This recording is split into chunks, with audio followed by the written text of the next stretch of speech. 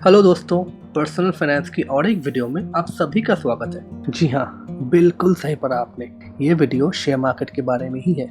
आप कैसे share market में इन्वेस्ट कर सकते हो, शेयर मार्केट क्यों दूसरे इंस्ट्रूमेंट टूल्स से अच्छा है, आपको क्या करना चाहिए, आपको क्या नहीं करना चाहिए, कंप्लीट डिटेल आपको सिर्फ इस वीडियो में मिल जाएगा। तो आगे बढ़ने से पहले अगर हमारा चैनल पे कोई नया है तो आप प्लीज़ हमारा चैनल को सब्सक्राइब कीजिए, क्योंकि मैं ऐसे ही वीडियोस हर हफ्ते लाता रहता हूँ। और अगर आप लोग मेरे से पर्सनली जुड़ना चाहते हो, आप मुझे ट्विटर में और इंस्टाग्राम में भी फॉलो कर सकते हो। लिंक मैंने डिस्क्रिप्शन में दे दिया है। आगे जाके कुछ डिटेल्स मैं ट्विटर और इंस्टाग्राम में भी शेयर करूँगा। तो चलिए बिना कोई समय गवाए शेयर मार्केट बेसिक्स के ऊपर इस वीडियो को शुरू करते हैं।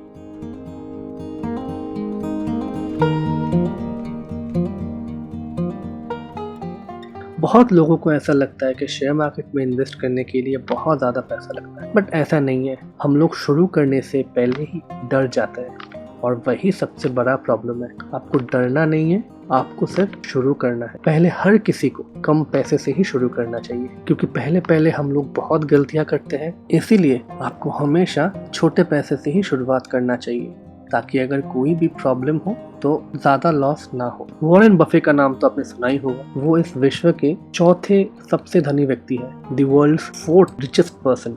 उन्होंने अपनी पूरी जिंदगी शेयर मार्केट के ऊपर गुजार दी। उन्हीं की तरह इंडिया में भी बहुत लोग हैं जिन्होंने शेयर मार्केट से अपना पहचान बनाया है, जैसे कि राकेश झुनझुनवाला, रामदेव अग्रवाल, राधा किशन दमानी, रमेश दमानी, विजय केडिया और भी बहुत सारे लोग हैं जिन्होंने शेयर मार्केट में इन्वेस्ट करके अपना नाम कमाया है। इनके अलावा अमिताभ बच्चन, जी हाँ, हम सभी के चहेते अमिताभ बच्चन जी शेयर मार्केट में इन्वेस्ट करते हैं। अगर आप पर ईयर मतलब हर साल रिटर्न देखो तो वहाँ पे आपको एक बैंक एफडी में करीब 5 से लेके 7% का रिटर्न मिलता है। वहीं एक डेट फंड में आपको 5 से 6% का रिटर्न मिलता है। रियल एस्टेट में 5 से 6% का रिटर्न मिलता है और सेविंग्स अकाउंट में करीब 3 से 4% का रिटर्न मिलता है। मगर आप जब भी इक्विटीज की तरफ जाते हो तो ये रिटर्न बहुत ज़्यादा हो जाता है। आप अगर म्यूचुअल फंड्स के थ्रू इक्विटी में निवेश करते हो तब भी आपको करीब 15 से लेके 20% का सालाना रिटर्न मिल जाता है, और डायरेक्ट स्टॉक्स में तो इससे भी ज़्यादा। ये डेटा आपको गूगल पे सर्च करने से भी मिल जाएगा। मुझे पता है कि डायरेक्ट इक्विटीज में निवेश करना या डायरेक्ट स्टॉक्स खरीदना थोड़ा रिस्की हो सकता है। इसीलिए इस वीडियो की लेटर हाफ में मैं आपको कुछ पॉइंट्स बताऊंगा जो आपको इन्वेस्ट करने से पहले ध्यान में रखना चाहिए। वो पॉइंट्स आपको रिस्क मैनेज करने में बहुत हेल्प करेगा। तो आप जरूर इस वीडियो को लास्ट तक देखिएगा। इतने अच्छे रिटर्न्स के बावजूद भारत में बहुत ही कम लोग शेयर मार्केट में डायरेक्ट इन्वेस्ट करते हैं। और वो क्यों, चलिए ये पहले समझते हैं। सबसे बड़ा प्रॉब्लम तो मूवी वाले हैं, जो शेयर मार्केट को एक जुए की अड्डे की तरह दिखाता है। और सेकेंडली 2-3 फ्रॉड्स हुए हैं, जो कि है हर्षद मेहता का और फिर केतन पारेख का भी एक फ्रॉड हुआ था। इसके चलते लोगों के दिमाग में शेयर मार्केट को लेके एक गलत छवि है। मगर फिर भी बहुत सारे लोग इंडिया में ऐसे हैं जिन्होंने शेयर मार्केट से बहुत नाम कमाया है। हार्डली 3 से 4% इंडियंस शेयर में इन्वेस्ट करते हैं, और यही नंबर साउथ कोरिया में 10% है, जर्मनी में 15% है और अमेरिका में तो 50% से भी ज्यादा लोग हैं। मतलब हर दूसरा आदमी शेयर्स में इन्वेस्ट करता है। अगर आपको इन्फ्लेशन को बीट करना है, मतलब अगर आपको महंगाई को रोकना है, आपको सिर्फ और सिर्फ इक्विटी ओरिएंटेड स्कीम्स में ही निवेश करना पड़ेगा। तो ही लंबे अवधि में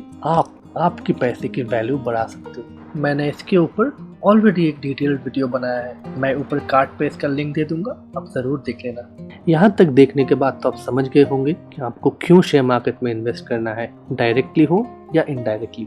मगर आप ये देखते हैं कि शेयर मार्केट चलते कैसे हैं। चलिए एक एग्जाम्पल के साथ समझते हैं। कुछ दिन पहले प्याज का जो भाव था वो करीब 150 से 200 रुपए किलो तक हो गया था, या फिर कहीं जगह तो उससे भी ज्यादा। और वो क्यों? क्योंकि डिमांड बहुत ज्यादा था बट प्याज की सप्लाई बहुत कम थी। डिमांड ज्यादा होने के कारण जो प्राइस है वो बढ़ गई, और अभी देखो प्याज फिर से नॉर्मल रेट पे वापस आ गया है। डिमांड के मुकाबले सप्लाई जब भी बढ़ जाता है वैल्यू घट जाता है। ये सिंपल चीज है। शेयर मार्केट में भी बिल्कुल वैसा होता है।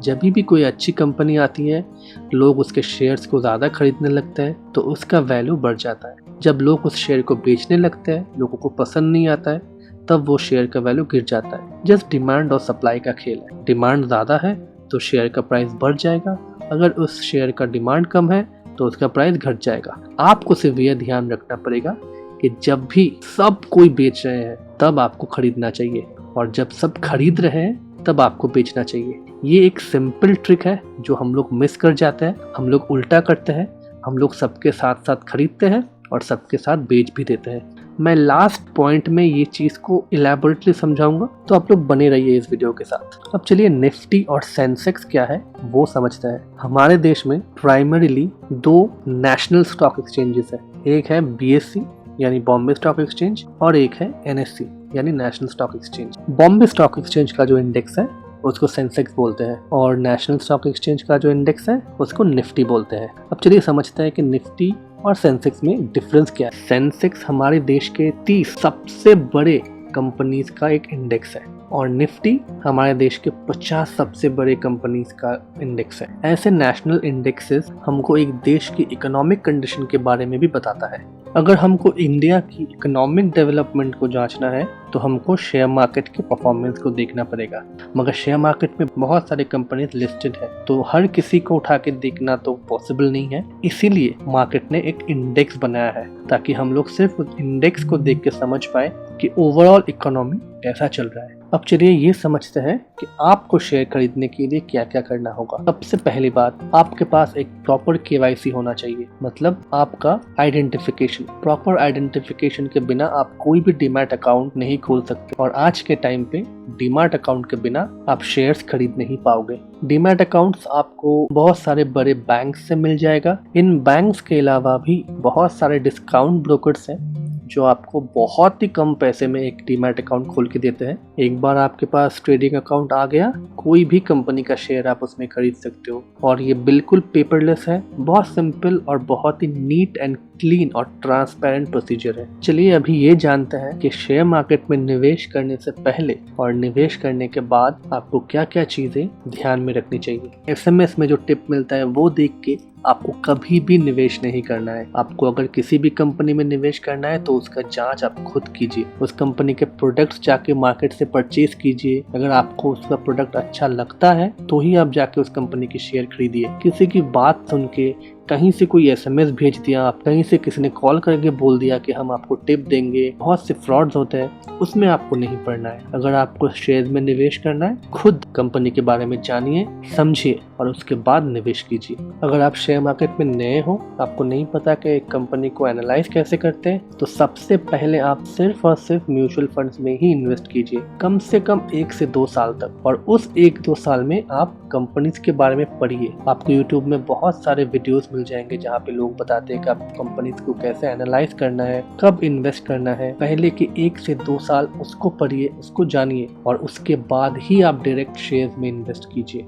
म्यूचुअल फंड क्या है, आप म्यूचुअल फंड में कैसे इन्वेस्ट कर सकते हो, इसके रिगार्डिंग मैंने एक डेडिकेटेड वीडियो बनाया है। मैं उसका लिंक ऊपर कार्ड पे दे दूंगा, आप ज़रूर चेक कर लेना। ये एक बहुत ही सेफ स्ट्रैटेजी है, इससे आपका लॉस बहुत कम होगा। मैं ये आपको इसलिए बता रहा हूँ क्योंकि बहुत लोग हैं जो पहले शेयर मार्केट में आके ही बिना कुछ जाने किसी से सुन के कोई शेयर में इन्वेस्ट कर देते हैं और उनको लॉस बुक करके मार्केट से निकलना पड़ता है, और वो जिंदगी भर मार्केट में वापस नहीं आते ये सोच के कि ये एक गलत जगह है। मगर वो ये नहीं समझते कि उनका अप्रोच गलत था मार्केट पे। तो आपका अप्रोच सही होना चाहिए, तो ही आप इस मार्केट में पैसा कमा सकते हो। और अगर आपको किताबें पसंद है तो आपको ज़रूर शेयर मार्केट के रिलेटेड जो भी किताबें हैं उनको पढ़नी चाहिए। और स्टार्टिंग आप रिच डैडी पुअर डैडी नामक एक किताब से कर सकते हो। इसमें आपको डायरेक्टली शेयर मार्केट के बारे में नहीं बताया जाता है, मगर मनी मैनेज कैसे करते हैं उसका एक आइडिया मिल जाता है। और दूसरा पॉइंट, अवॉइड पेनी स्टॉक्स। जिस शेयर का प्राइस 10 रुपया या उससे कम होता है उसे हम पेनी स्टॉक बोलते हैं, और इस प्राइस को देख के ही जो नए निवेशक हैं वो इन्वेस्ट करते हैं। मगर ये सबसे बड़ी गलती होती है, क्योंकि जो पेनी स्टॉक्स होता है वो क्वालिटी वाइज बहुत ही खराब होते हैं। आपको कंपनी की फाइनेंशियल्स और वैल्यूएशन देख के ही निवेश करना चाहिए, ना कि शेयर प्राइस देख के। वैल्यूएशन क्या है और वैल्यूएशन क्यों ज़रूरी है, इसके बारे में मैं एक वीडियो बहुत जल्द लाने वाला हूँ। तो आप लोग प्लीज मेरे चैनल को सब्सक्राइब कीजिए ताकि उसका नोटिफिकेशन आपको सबसे पहले मिल जाए। अभी third point, avoid fraud management और प्रमोटर्स। किसी भी कंपनी में निवेश करने से पहले आप ये गूगल पे जरूर सर्च कर लीजिएगा कि उस कंपनी ने कभी कोई फ्रॉड किया था कि नहीं। अगर कोई फ्रॉड किया होगा उस कंपनी ने तो उसका डिटेल जरूर गूगल पे होगा। आपको ऐसे किसी भी कंपनी में इन्वेस्ट नहीं करना है जिसके ऊपर थोड़ा सा भी दाग हो। आपको ऐसी कंपनी ढूंढना चाहिए जिसका एक ट्रैक रिकॉर्ड बहुत ही क्लीन एंड क्लियर हो। कोई भी कंपनी में इन्वेस्ट करते वक्त आपको हमेशा लंबे अवधि के लिए इन्वेस्ट करना चाहिए, और अगर कोई मैनेजमेंट फ्रॉड हुआ या चोर हुआ तो लंबे अवधि में आपको कभी भी प्रॉफिट नहीं होगा। और फोर्थ पॉइंट, कभी भी आपको ये नहीं समझना है कि आपको सब कुछ पता है, क्योंकि मार्केट हमेशा आपको नीचे गिरा देगी। So never be over confident, क्योंकि ज्यादातर लोग मार्केट रैली में ही मार्केट में घुसते हैं। तो वो जब भी खरीदते हैं हो सकता है कि पहले की कुछ दिन या पहले के कुछ हफ्ते में बहुत अच्छा रिटर्न दे दे, वो तब ओवर कॉन्फिडेंट होके ज्यादा रिस्क लेने लगते हैं, जो कि बिल्कुल सही नहीं है। आपको ये जरूर ध्यान रखना चाहिए कि शेयर मार्केट में पैसा कमाना इतना आसान नहीं होता। अगर इतना ही आसान होता तो आज शेयर मार्केट में हर कोई करोड़पति होता। छोटे मोटे प्रॉफिट आपको आते रहेंगे, मगर उससे आपको ओवर कॉन्फिडेंट नहीं होना। आपका गोल ये होना चाहिए कि आप लंबे अवधि के लिए ये प्रॉफिट को कैसे मेंटेन कर पाओ। आपका जो फोरकास्ट है वो लंबा होना चाहिए। आपको ये देखना चाहिए कि मुझे 5 साल बाद 10 साल बाद इस कंपनी से कितना मिल सकता है। उसके बेसिस पर आपको इन्वेस्ट करना चाहिए।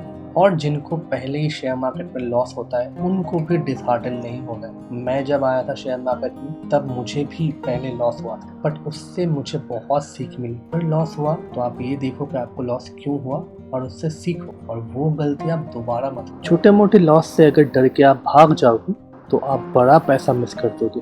जब भी आप कोई शेयर खरीदो उसको एज अ बिजनेस ट्रीट करो। आप ये मानो कि आपने वो बिजनेस शुरू किया है, और जैसे आप कोई बिजनेस शुरू करते हो आप उसको लंबे समय तक कंटिन्यू करते हो। आप कोई बिजनेस आज शुरू करके कल बंद नहीं कर देते। तो ये चीज़ आपको ज़रूर ध्यान में रखना चाहिए कि आप जब भी शेयर लो एक बिजनेस की तरह उसको लंबे समय के लिए होल्ड करो।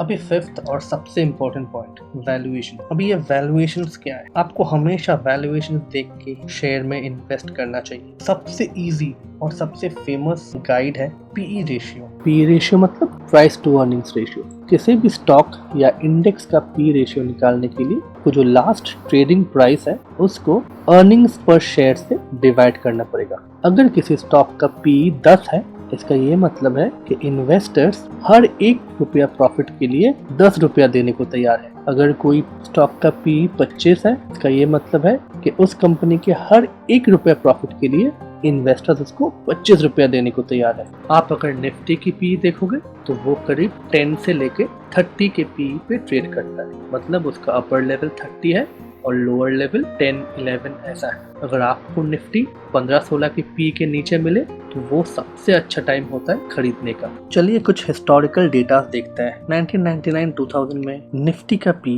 करीब 12 था और नेक्स्ट ईयर निफ्टी ने 106% का रिटर्न दिया। वैसे ही 2003 में निफ्टी का पी 11 था और नेक्स्ट साल निफ्टी ने 116% रिटर्न दिया। 2008 अक्टूबर में क्रैश के बाद निफ्टी का पी हुआ था 10 और नेक्स्ट ईयर निफ्टी ने 130% का रिटर्न दिया था। तो बड़े गिरावटों में आपको हमेशा खरीदारी करना चाहिए, और मार्केट जब भी बहुत बढ़ जाए तो आपको थोड़ा थोड़ा प्रॉफिट बुक करना चाहिए। चलिए और थोड़ा हिस्टोरिकल डेटा देखते हैं। 2000 में निफ्टी का पी था करीब 28 और नेक्स्ट ईयर निफ्टी ने -53% रिटर्न दिया। 2008 जैन में मतलब फॉल के पहले निफ्टी का पी था 28 और वो करीब 64% का क्रैश हुआ था। इसीलिए आपको हमेशा निफ्टी का पी देख के ही पैसा लगाना चाहिए। आप भी बहुत आसानी से निफ्टी पी चेक कर सकते हो। मैं डिस्क्रिप्शन में एक निफ्टी पी का लिंक दे दूंगा, आप उस लिंक पे क्लिक करके सबमिट कर देना। मैं आशा करता हूँ ये वीडियो आप सभी को हेल्प करेगा। यहाँ तक देखने के बाद वीडियो को ज़रूर लाइक कर देना, और अगर आपका कोई भी सुझाव है, कोई भी रिकमेंडेशन है, आप मुझे प्लीज़ कमेंट पे बताइए। अगर कोई नया है तो आप ज़रूर मेरे इस चैनल को सब्सक्राइब कीजिए, क्योंकि मैं ऐसा वीडियोस आगे भी लाता रहूँगा। तो अगले वीडियो तक मैं प्रीतम चंद्रादे आप सभी से आज्ञा चाहूँगा। Thank you so much.